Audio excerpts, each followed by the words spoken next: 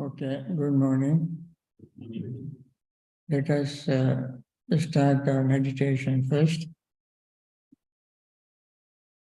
Probably you don't need much instructions, and yet to be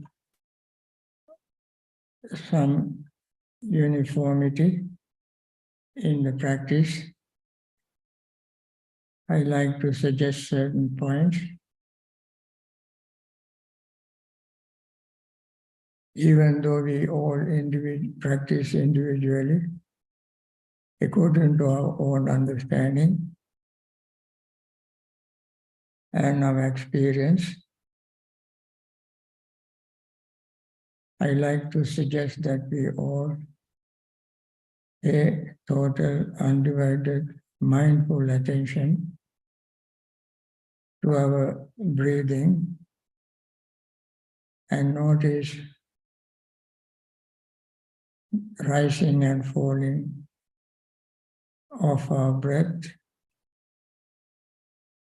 Sometimes some people suggest to notice rising and falling of the abdomen. In fact, what is most essential is becoming aware of rising and falling,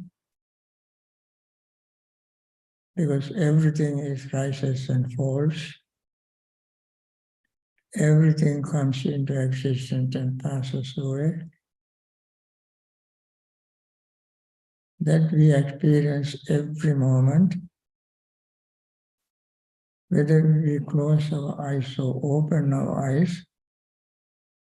This is the universal rhythm that we experience in our own body and mind.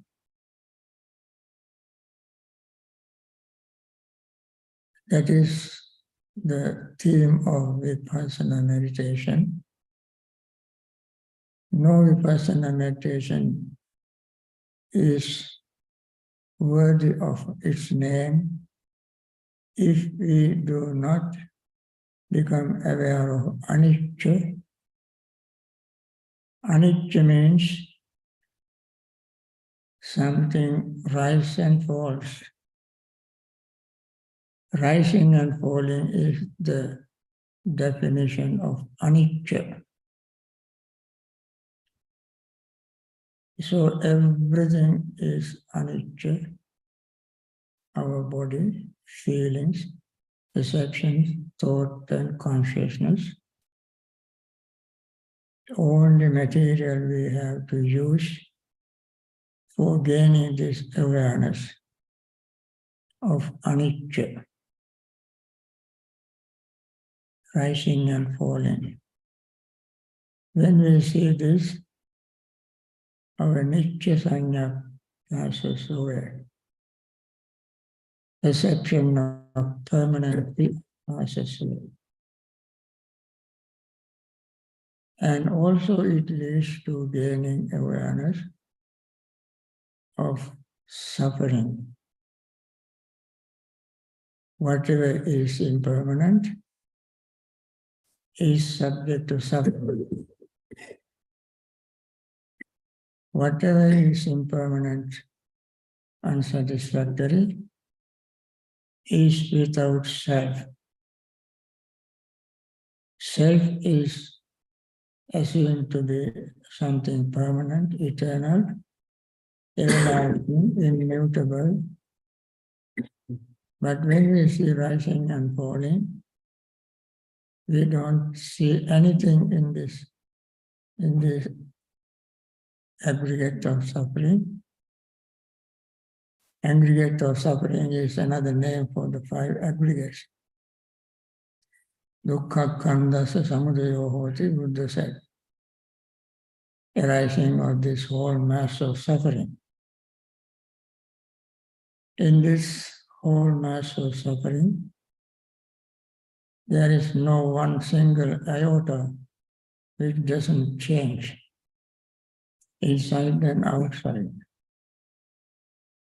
So we try to become aware of these 3 universal characteristic that everything is marked with these three characteristics: anicca, dukkha, anatta.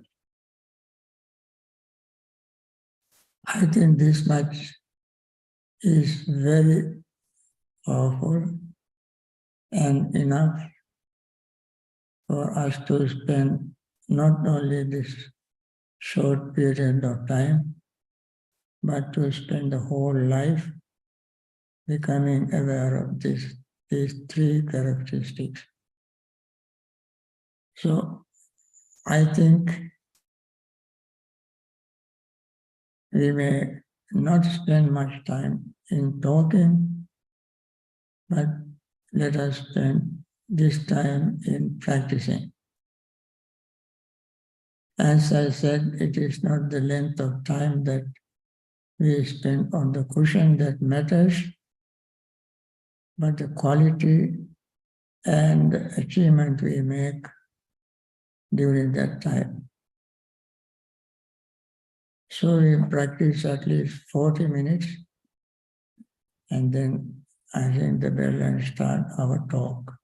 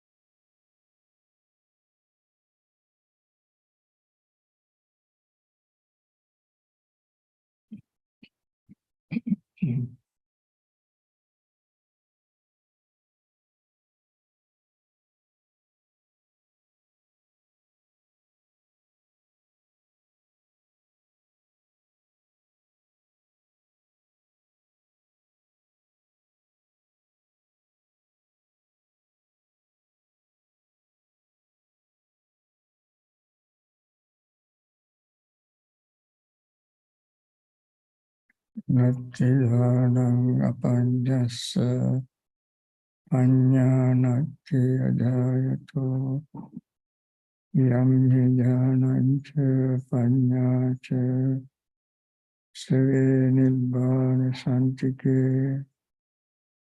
There is no concentration without wisdom, no wisdom without concentration. One who has both wisdom and concentration is close to peace and emancipation.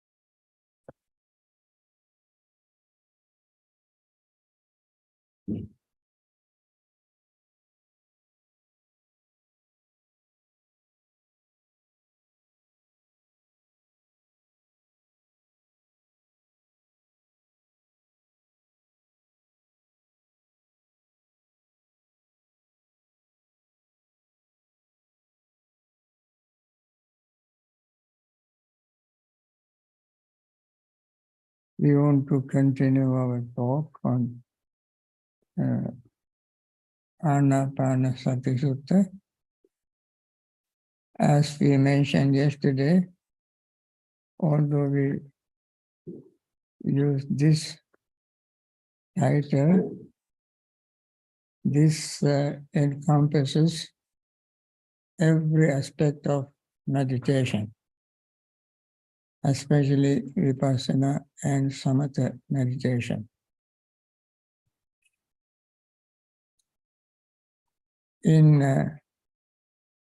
As I also mentioned yesterday, in the cross-reference between this and Mahasatipatthana, I go from back and forth to see the similarity and differences between these two.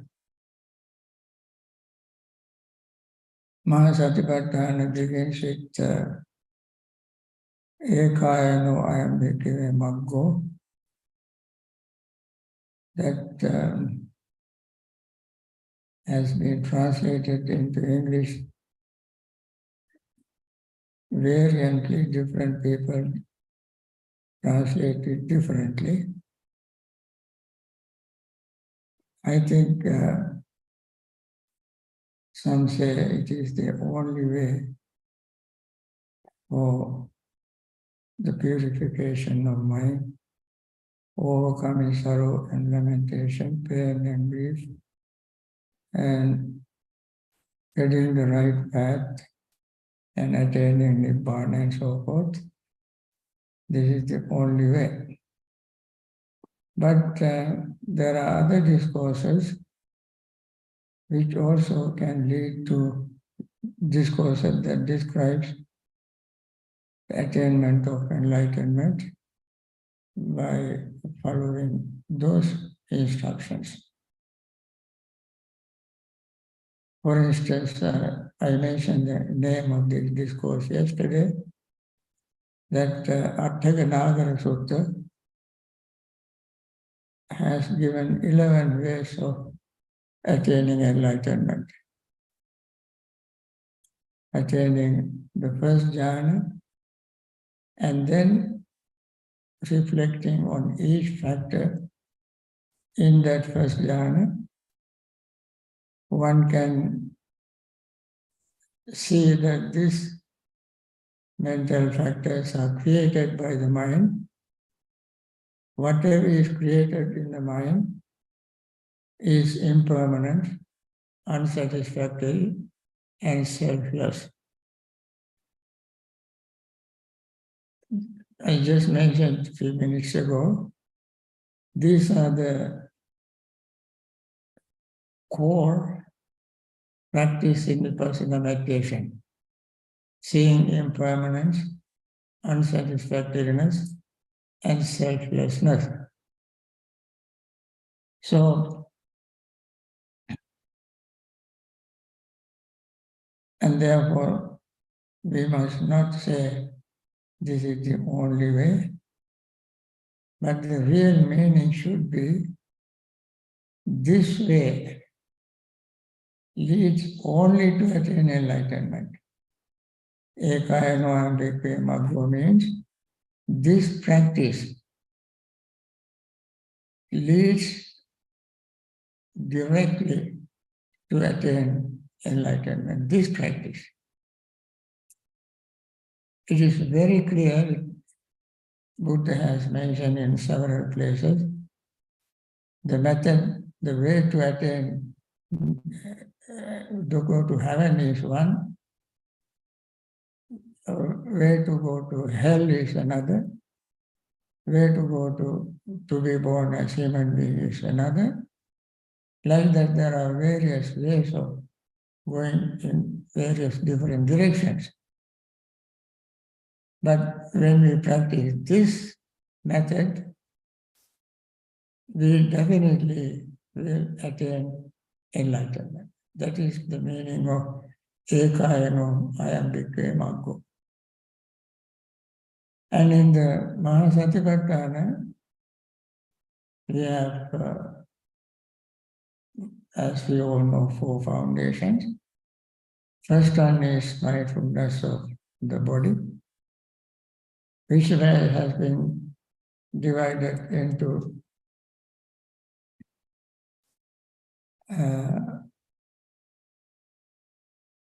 14 ways. Body of the discourse falls into 4 parts by way of the 4 foundations of mindfulness.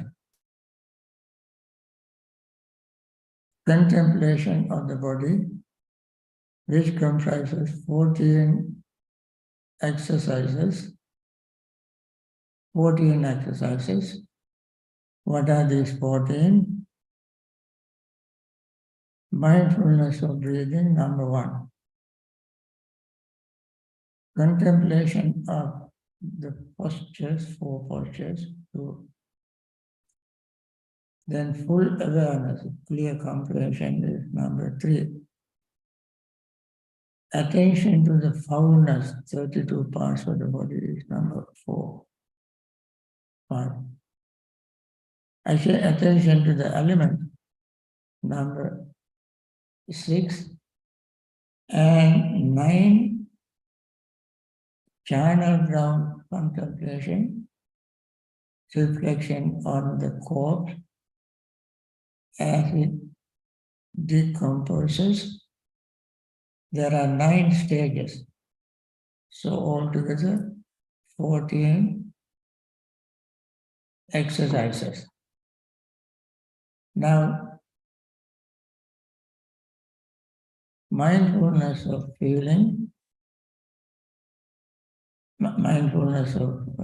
feeling, considered one exercise.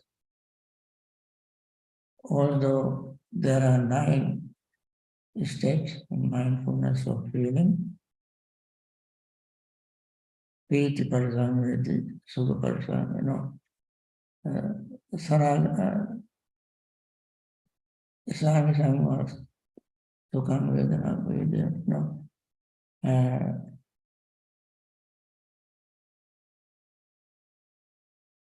Sukham Vedana Vedana, Sukham Vedana Vedana. Dukkha Vedana Vedimano, Dukkha Vedana Vedana. Adukkha Vedana Vedimano, Adukkha Vedana. Sami Sangha Sukham Vedana, Sami Sukham Vedana. Nirami Sangha Sukham Vedana, Nirami Sukham Vedana, like that. Sami Sangha Dukkam Vedana, Sami Sangha Dukkam Vedana. Nirami Sangha Dukkam Vedana, Nirami Sangha Dukkam Vedana, Vedana. Sami Sangha Adukkha Sukham Vedana, Vedana, Vedana, Sami Sangha Nirami Sangha Dukkam Sukham Vedana, Vedana. There are 9, and yet it is considered to be one exercise. Then contemplation of mind also considered to be one exercise, but there are various things in mindfulness of the mind. Saraga, Vitaraga, Sadosha, Visudosha, Sankirta, Vikirta, Mahagata, Mahagata, then Samarita, Samarita, Vimutta, Vimutta, like that, various aspects. Then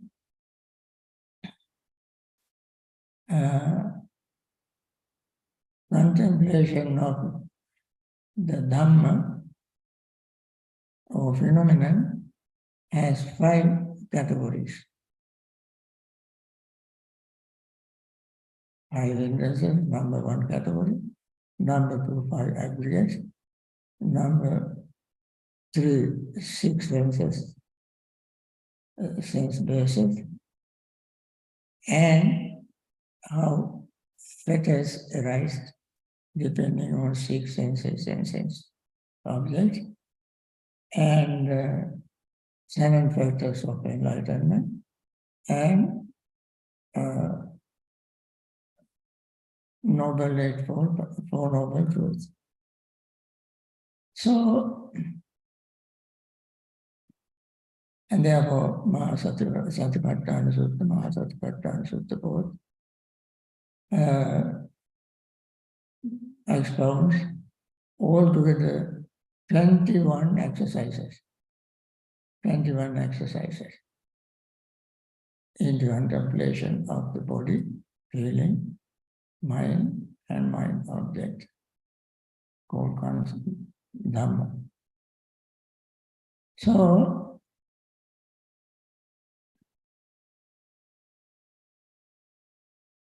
this discourse, mindfulness of the breath, although does not elaborate all these things in detail,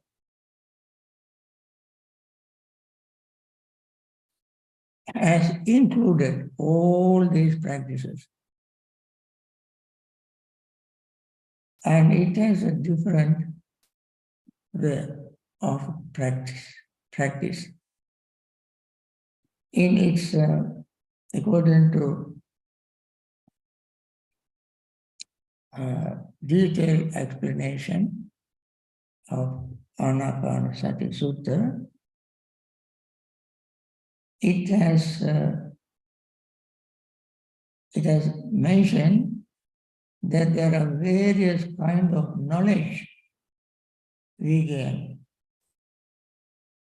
various kinds of insight we gain. 18 kinds of knowledge of imperfections. That is called Attarasa Upakilesa. In detail, 18 kinds of imperfections. They are explained later in details. Then 13 kinds of knowledge of purification. There is a Vodhana Jnanani. And 32 kinds of knowledge of exercise of mindfulness, that is Bhattinsa Satokara, jnanani. 24 kinds of knowledge through concentration.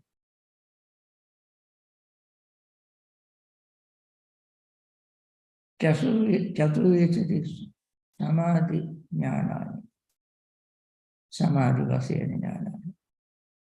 72 kinds of knowledge through insight.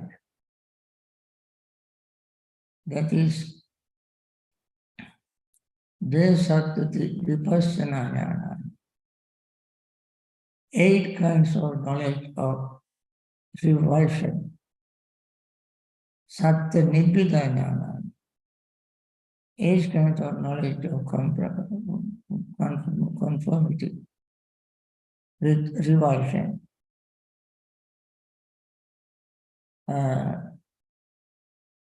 8 kinds of knowledge of conformity with revulsion. Plus 8 revulsion and conformity knowledge of revulsion. That is at the nibbida, anuloma jnana. Then 8 kinds of knowledge of tranquilizing or tranquilization of revulsion. And then 21 kinds of knowledge of deliverance. Ekavesati vimutti sukhe jnanani. So many kinds of knowledge we gain from one practice, that is mindfulness of breathing. Now, these kind of details are not mentioned with regard to the Satipatthana, Mahasatipatthana or Satipatthana. But these kind of knowledges are mentioned only in Anapanasati Sutta discourse. Now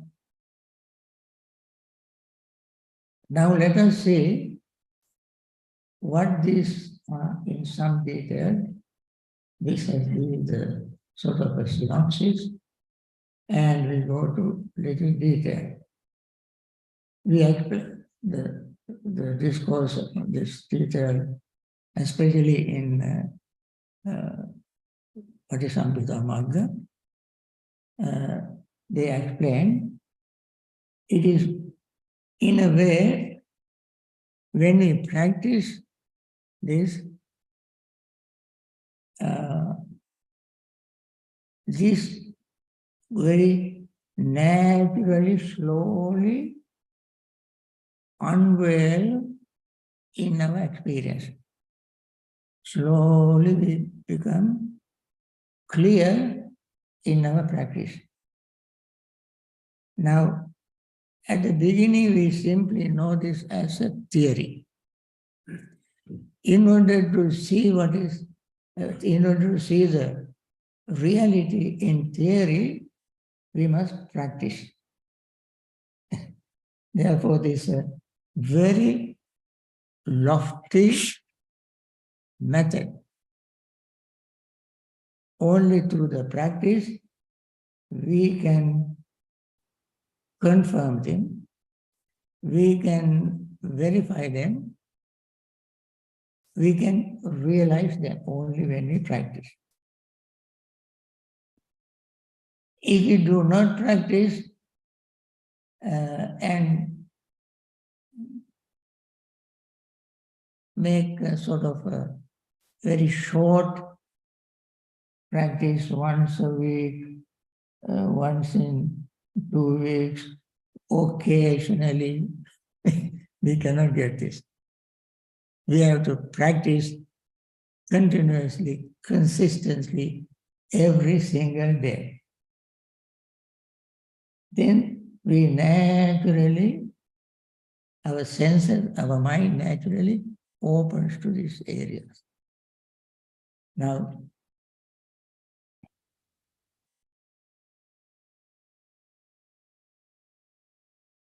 What is the first category? There are 1, 2, 3, 4, 5, 6, 7, 8, 9 categories. Now let me start with number 1. When we actually look at them in our practice, we really can see them. This is 1. Asasa adinava paryosanam satya anugachanto ajyatta vikhepakatam kittam samadhissa paripanto. What it means,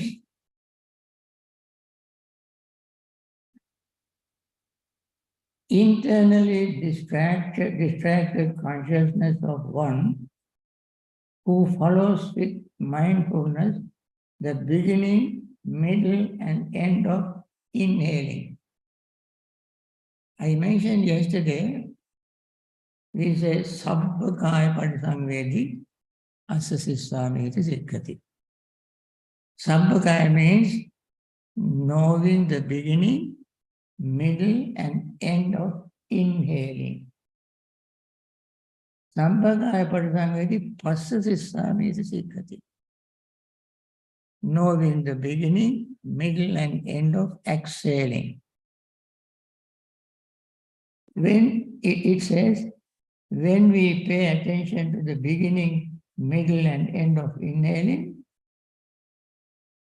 that disturbs our concentration. When we pay attention to the beginning, middle, and end of exhaling, that disturbs the concentration.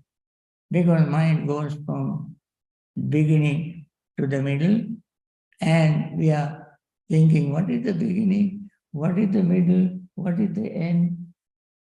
As mind moves from this point to that point, how can it remain concentrated? It cannot gain concentration. Similarly, when we pay attention to the beginning, middle, and end of exhaling, we don't get concentration. Now, then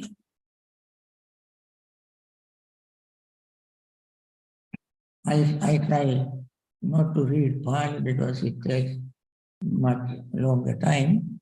I simply say, read who explained the meaning of Pali passages in English, so to save time. Then the state of craving consists of desire for and expectation of in-breath. When we exhale, there is a little bit of anxiety without breath inside. And we have to breathe in. That is what it means. Instead of craving consisting of desire for. There is a craving because we want to live. When we breathe out, you can see how uncomfortable we feel without breath. And there is a desire for inhaling. And we all know that.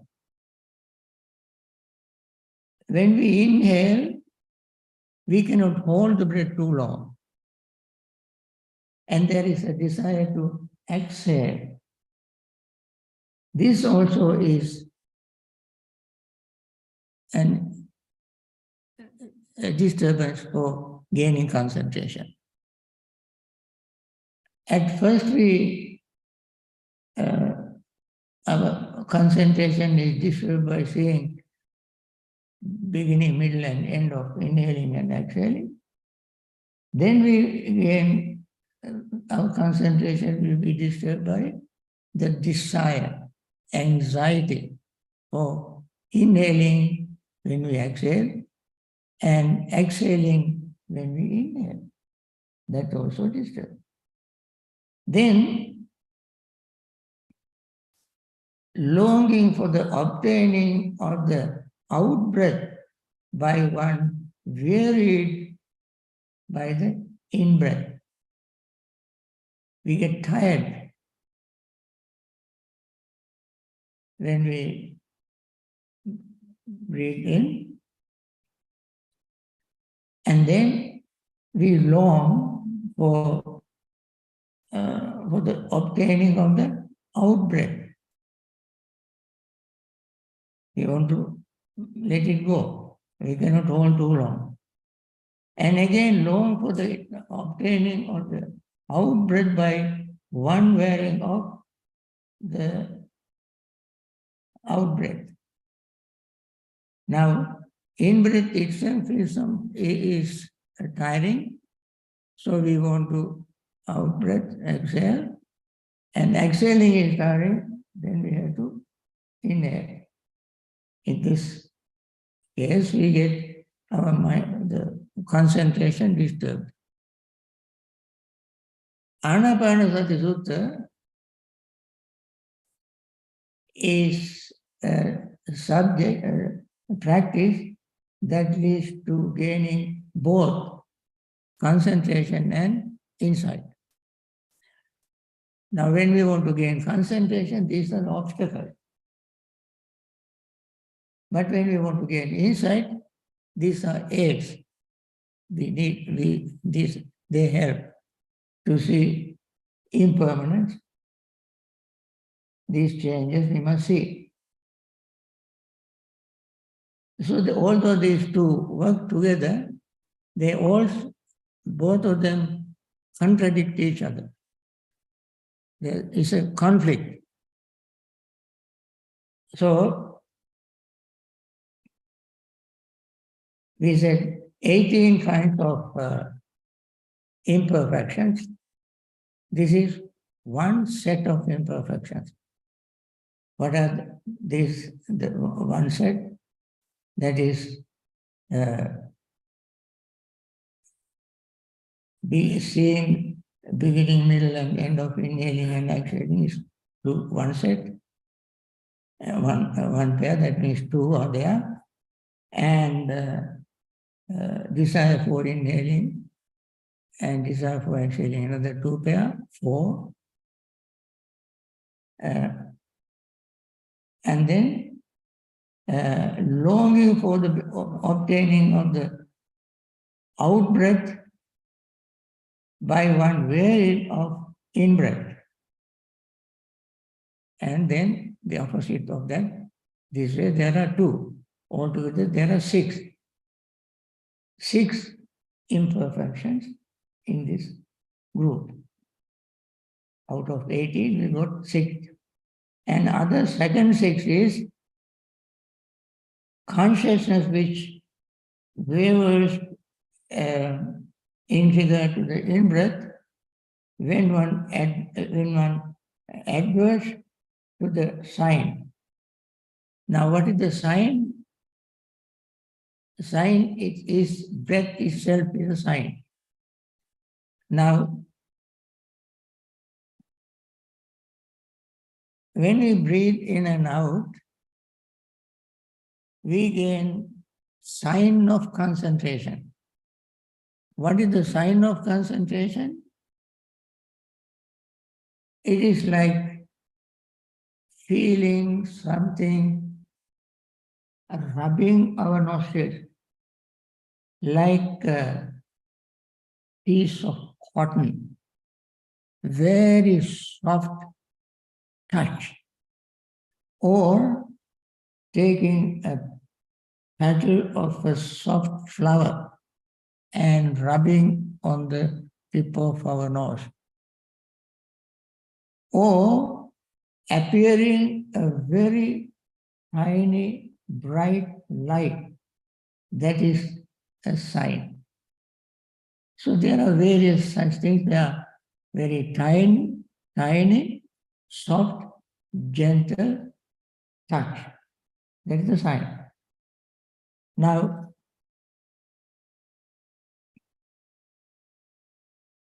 when we are conscious of that sign, then also becomes an obstacle for gaining concentration. And then that is while we are breathing in. And breathing out also we gain that kind of sign too. And then consciousness which wavers in regard to the out breath when one adverse to the sign. Then consciousness, we have to be very mindful and to become aware of consciousness. And consciousness which favors in regard to the sign when one adverse to the out breath. Then the 11th is consciousness which favors in regard to the out breath when one adverts to the in breath. Consciousness which favors in regard to the in breath when one adverts to the out breath. In each practice, in breath and out breath, we becoming aware or conscious of the sign that becomes an obstacle to gaining concentration, because mind is moving back and forth. Then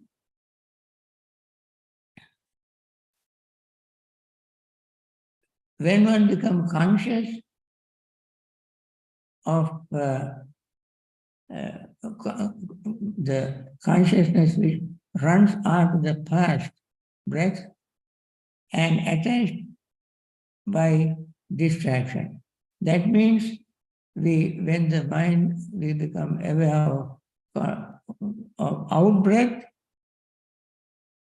Once we breathe out, we become aware of out breath. That is called the past.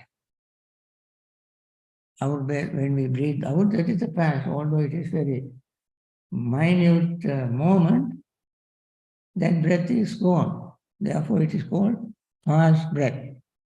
And then, after that breathing, we become aspect of future breath. What is the future breath? Inhaling. That is number 14. Then, one slack consciousness attacked by indolence. Indolence. That is one's consciousness slide back because of the laziness when one inhales. And then the same thing happens when one exhales. Then number 17, consciousness which is attracted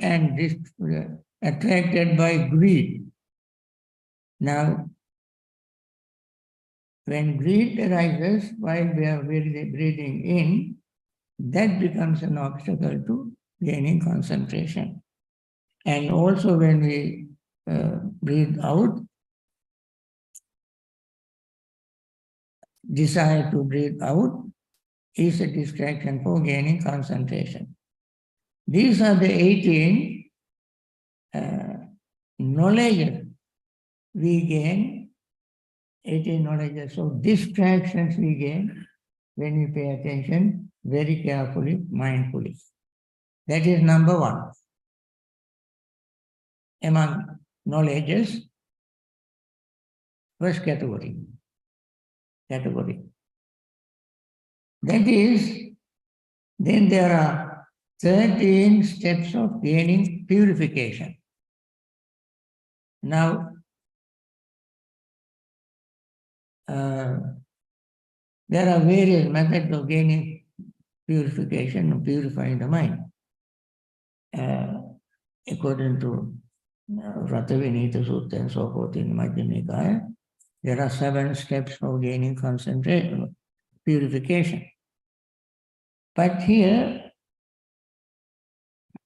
that is perhaps what Satipatthana, Mahasatipatthana and so forth recommend or suggest.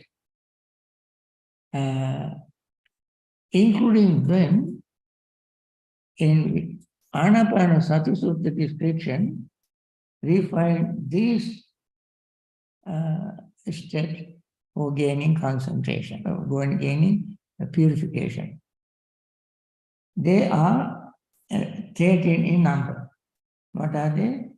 By avoiding consciousness which runs after the past breath and is attached by distraction of consciousness, is concentrated in one place.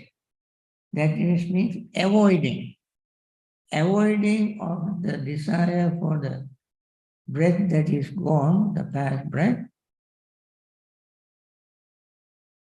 which is distraction. Previously it was a distraction. Now we have to avoid that distraction. By avoiding that distraction, we gain purification or clarity of the practice, purification. Second is by avoiding consciousness by which looks forward to the future breath. In the previous section we learned, expecting future breath is a distraction. Now, in order to purify the mind, we have to avoid that expectation, that is desire. Then, excite in slack consciousness attached by indolence. So we avoid laziness, become energetic. That purifies our consciousness, our mind. We become aware of that. That is another knowledge. Then, by restraining overexertion, if we apply too much effort, that leads to agitation, and we have to avoid that. That is another way of purification. Then, being clearly comprehending about consciousness which is attracted and attached by greed. We have to avoid that. Then we have to practice that, clear comprehension. Then the unity which is established of relinquishment in giving, which is peculiar to those resolved on generosity. That means we let go. Generosity means letting go of holding to anything. In the final sense of generosity means letting go of holding on to anything. And then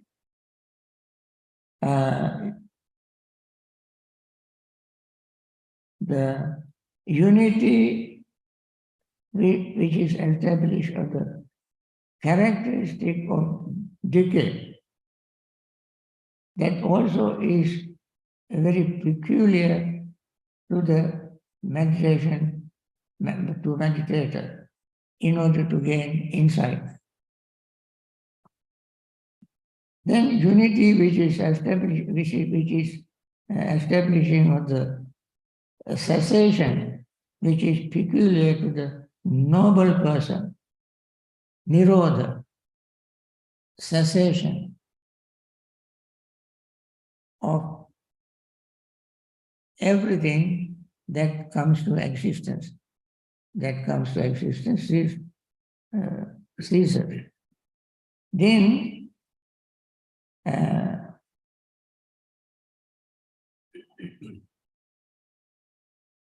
entering into the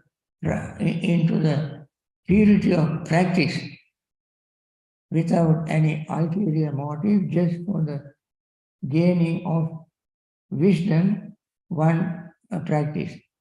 Then, as the person keeps doing these exercises and gaining this kind of knowledges, there arises, there is everything in the universe is rising and falling and rising and falling and rising and falling. There is not any exception.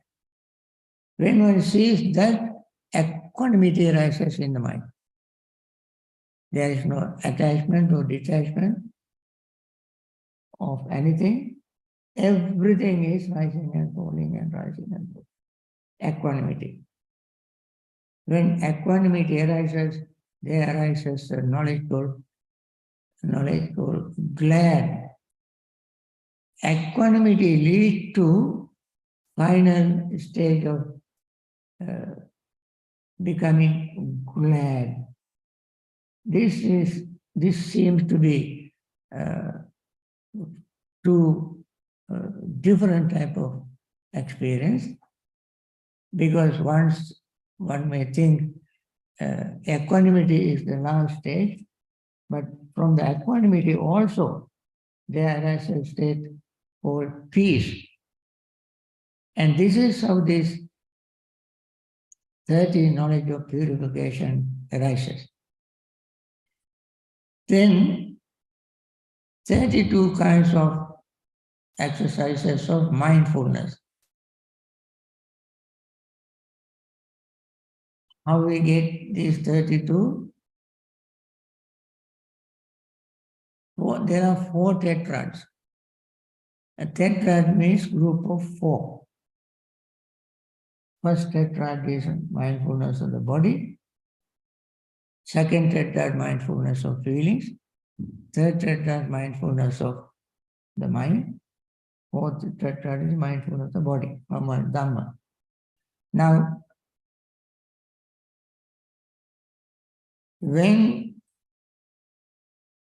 first tetrad has 8 individual practice. For instance, Dīgham vasasanto dīgham vasameti, 1. Dīgham pasasanto dīgham pasameti, 1, 2. Similarly, rasam pasasanto, rasam pasasanto. Sabbakaya parisamiti asisamiti, sabbakaya parisamiti, 6. Then pasam kaya sankaranga asisamiti, pasam kaya 2, 8.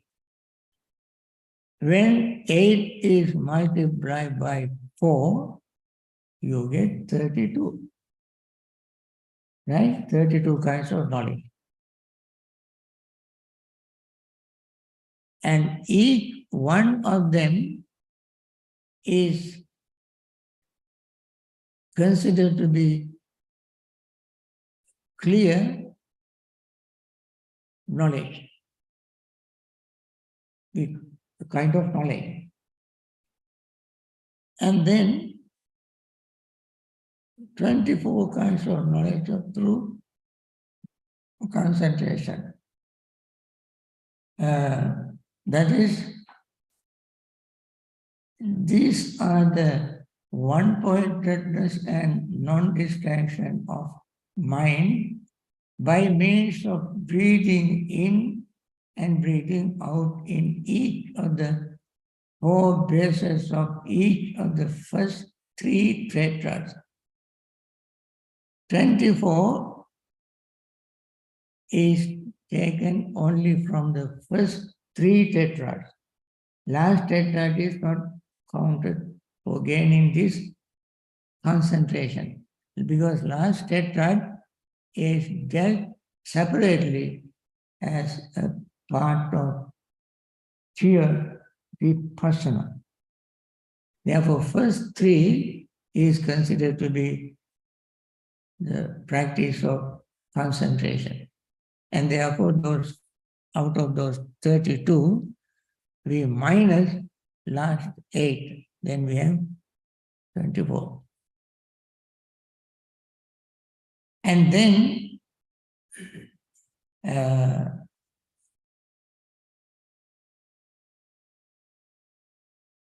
8 kinds of revulsion. What are the 8 kinds of revulsion? Contemplating impermanence while breathing in, he knows and sees according to reality.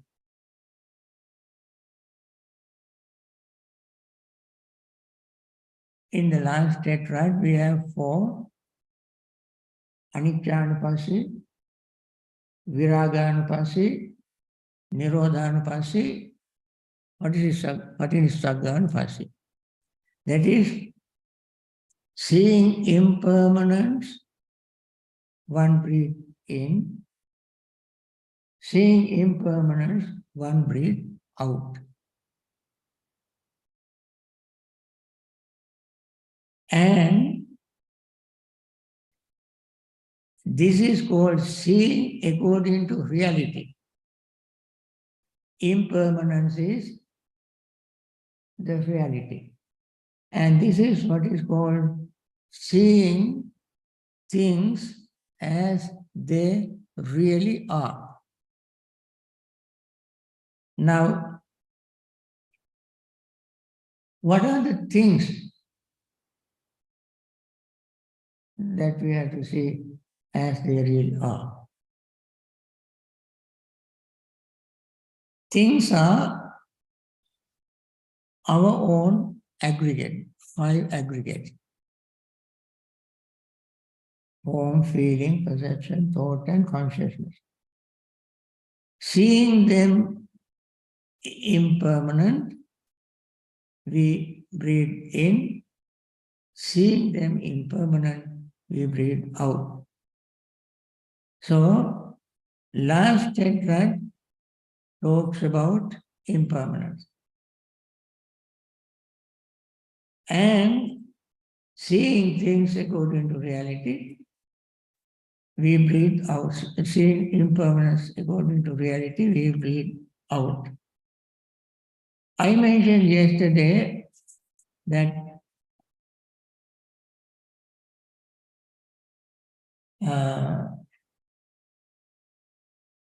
impermanence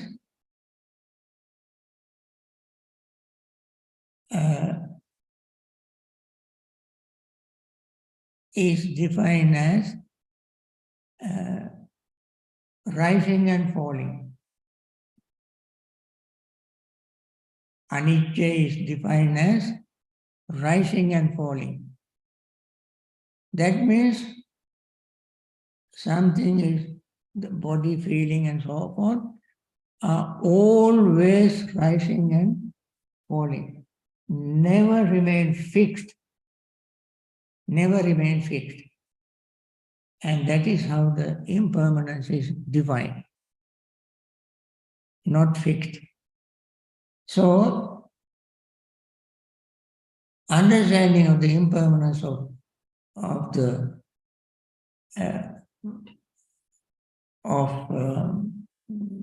what you call body, feeling, and so forth, he knows and sees according to reality. And then this knowledge of revulsion, contemplating impermanence while breathing out. Again, while becoming aware of impermanence, we breathe out. Now, when we talk about the body, the Buddha said in Anapanasati Sutta Inhaling, exhaling is one of the bodies. And this body, inhaling, has two parts. Inhaling body, exhaling body. Inhaling body is impermanent, exhaling body is impermanent. When you breathe in and out, breath, we must understand the breath is not one like a cylindrical object. Breath is made up of air waves, very tiny little air waves are in each inhaling. And they are changing while we are breathing in. When we breathe out, the same exhaling breath also are made up of tiny little air waves, and they are changing. So, that is the reality. He knows and sees according to reality, rising and falling, rising and falling. Rising is changing, becoming impermanent. Rise and fall, rise and fall, rise and fall. Exhaling is rising and falling, rising and falling. So minute changes are taking place in each inhaling and exhaling. In Mahasatipatthana Sutta, it explained in a different way. It says, Samudaya Dhammanupassima Kāsmi Virati, Vaya Dhammanupassima Kāsmi Virati, Samudaya Vaya Dhammanupassima Kāsmi Virati. Rising of the body, one lives. Falling of the body, one lives.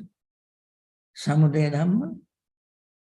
Vaya Dhamma, rising is, Samudaya means rising. Vaya means falling.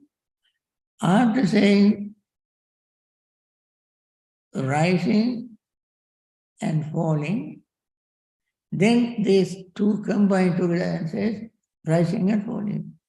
Samudaya Dhammanupassima Kāsmi Virati, Vaya Dhammanupassima Kāsmi Virati, and then they combine together and say rising and falling. Samudaya Dhammanupassima. What is the necessity of repeating rising and falling combined together? What is the necessity? How can we understand that? I remember somebody explaining it like sharpening a razor. When you sharpen the razor, you sharpen it in the leather, like this, and then like this, and then like this. It doesn't explain the meaning. For a simile, it is okay, but it doesn't explain the practice. What does it mean? It means this is the nature of sankhara. Buddha explains sankhara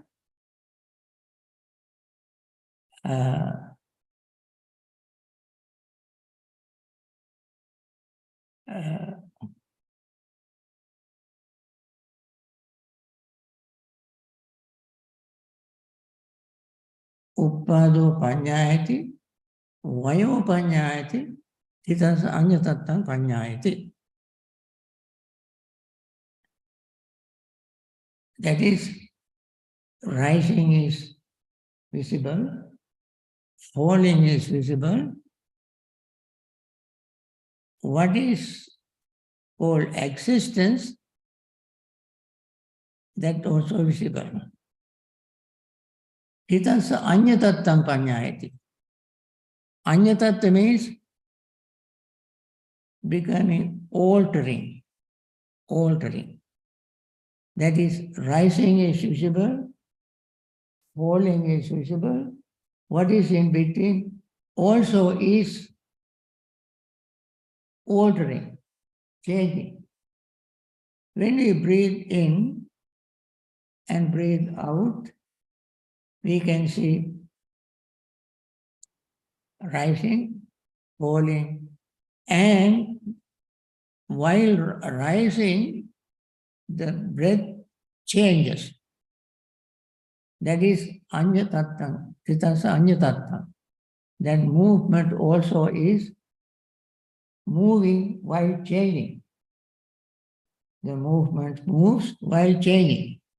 It is not going like an object unchanging. That air we breathe in is made up of air particles. Those particles also change. In order to make it very clear, Uppado Panyati, what you call Samudaya Dhammanupassiva Kashmi Virati, why Dhammanupassiva Kashmi Virati, Samudaya Dhammanupassiva Kashmi Virati are mentioned. The third repetition, joining Samudaya means that existing thing also is changing, exists while changing. And then it says, iti ajjattanga kaya kayanupasivirati, bahiddhava kaya kayanupasivirati, and then ajjatta bahiddhava kaya kayanupasivirati. What does that mean? That means we see our changes, ajjatta, and gain good awareness, knowledge, understanding of the changes taking place in us. And then we infer that others also change like this. Others change like me. Just like I change, they also change. And then, ajjata bahiddhava kaya kayanupasivirati. What does it mean? Again, why ajjanta bahiddhava kaya kayanupasivirati means while I am changing, others are changing at the same time, simultaneously. In order to show that, it is said, ajjata bahiddhava kaya kayanupasivirati. Ajjata kaya kayanupasivirati, bahiddhava kaya kayanupasivirati. I am changing, they are changing. They are changing while I am changing. I am changing while they are changing. That means that I don't ask you to wait until I finish my change. While I am changing, you are changing. While I am changing, whole universe is changing. In order to give this universality of change, ajjata bahiddha is used, internally, externally. Now, Samudaya Dhammanupassiva Kashmi Virti. Why Dhammanupassiva Kashmi Virti? Samudaya Dhammanupassiva Kashmi. Iti ajjattanga kaya kayanupasiva virti. Bahiddhava kaya kayanupasiva virti. Ajjatta bahiddhava kaya kayanupasiva. It means seeing impermanence in oneself or seeing oneself internally and seeing others externally, one lives. Viharati, lives. Viharati means not also static. The word viharati is used to denote activities. Viharati means activities. Nothing can exist without activity. Even this something that like this appear to be fixed, it is not fixed. Because the three things cover the reality. What is the three things? First, ghana. Ghana means compactness. This is very tightly compact. Therefore, we cannot see the impermanence. Second, santati. Santati means movement. Movement is happening in this place, in this particular object, but we cannot see that. Third is the shape, akara. This remains square. It remains to be square all the time, but it is changing. We cannot see this change because of these three things. And therefore, as it is an inanimate object, we simply say it exists. The one that has consciousness is called lives, meaning movement, activities are going on. That is why sometimes some people say, talking about Buddhism talk about actions, not nouns, verbs, meaning activities. Always there are activity. Entire universe is always in motion, changing, activities. And therefore, in Anapanasati Sutta, Mahasatipatthana Sutta talks about the same thing, but in a different language, different way. So,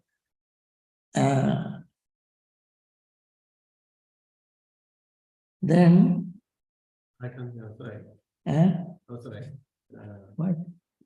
Can you explain a little bit about how to apply that Bahidava part?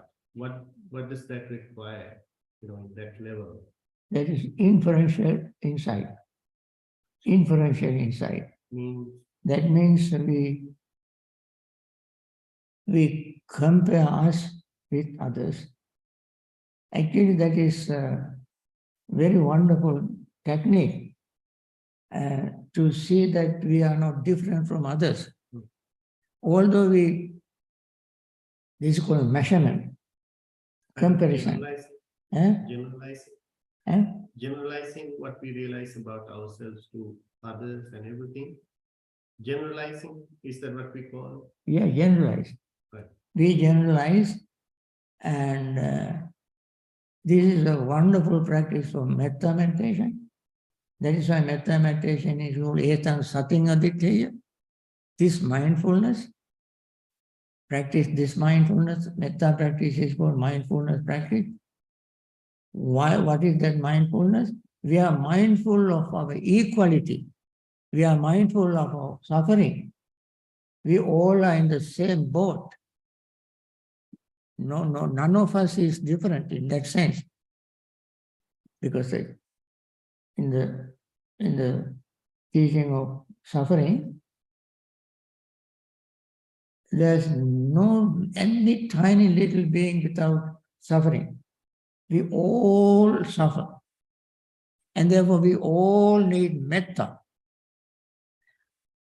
Normally we compare with each other in other ways. My height, my education, my color, and this and that. These are superficial, greed-oriented, ignorance-oriented comparison. True comparison, according to the Buddha's teaching, is this way. We all are impermanent. We all are unsatisfactory. We all without self, and like that. So, when we practice mindfulness, this we have to incorporate the universal nature of all living beings. I think, friends, our time is up. We have many more things to discuss.